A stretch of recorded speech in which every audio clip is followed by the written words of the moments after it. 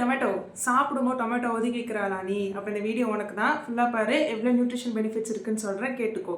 First பார்த்த அப்படின்னா high in antioxidant and rich in vitamin C. இல்லை vitamin C and antioxidant content அதிகமாக இருக்கிறதுனால உன்னோட இம்யூன் ஹெல்த்தையும் சரி, உன்னோட ஸ்கின் ஹெல்த்தையும் சரி செம்மையாக பார்த்துக்கும். செகண்டாக பார்த்த அப்படின்னா இது ஹை இன் பொட்டாசியம்.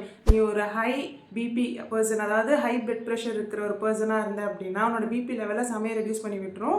தேர்டாக பார்த்த அப்படின்னா இது வந்துட்டு லோ இன் கெலோரிஸ், அதாவது டொமேட்டோவில் கெலோரிஸ் லெவல் ரொம்ப கம்மியாக இருக்குது. நீ ஒரு வெயிட் லாஸ் ஜர்னிலலாம் இருந்த அப்படின்னா சேடலில் அடித்து போட்டு எவ்வளோ வேணால் எடுத்து போட்டு சாப்பிட்லாம், பிரச்சனையே கிடையாது.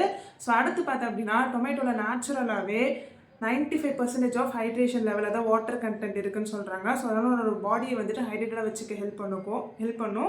ஸோ அடுத்து பார்த்தா அப்படின்னா இந்த பீட்டா கெரோட்டின் லெவல் இருக்குது, அதாவது வைட்டமின் ஏ கண்டென்ட் இருக்கிறதுனால உன்னோட ஐ சைட்டுக்கு வந்துட்டு செம்மையாகவே ஹெல்ப் பண்ணும். ஸோ அடுத்து பார்த்தா அப்படின்னா இந்த vitamin K and folate content இருக்கிறதுனால உன்னோட போன் ஹெல்த்தையும் சரி, டிஷ்யூ ரிப்பேரு, க்ரோத்து, இது எல்லாத்தையுமே வந்துட்டு சூப்பராக சப்போர்ட் பண்ணும். இவ்வளோ இருக்கிற நியூட்ரிஷன் பெனிஃபிட்ஸ் இருக்க ஒரு தக்காளியை நீ சாப்பிடும்போது ஒதுக்குற, இதுக்கப்புறம் ஒதுக்குவியா என்ன? ஒழுங்காக இனிமேல் சாப்பிட்ற வழியை பாரு, சரியா? கரெக்டா? பை.